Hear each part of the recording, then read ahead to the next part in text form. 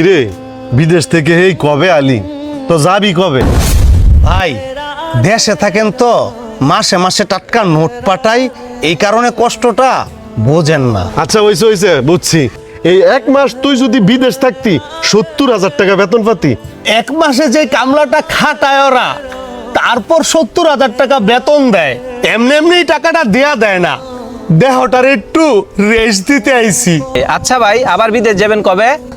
শোন, বিদেশটা না ভাই সহজ কোনো জায়গা না। এই প্রবাসে যারা 5-10 বছর থাকে তাগরে জিজ্ঞেস করিস, তারা যদি পারত আর তাগো যদি পিছুটা না থাকতো, তাদেরকে যদি লাখটা দিয়ে রাখার চেষ্টা করতো না, তারা বিদেশে থাকতো না।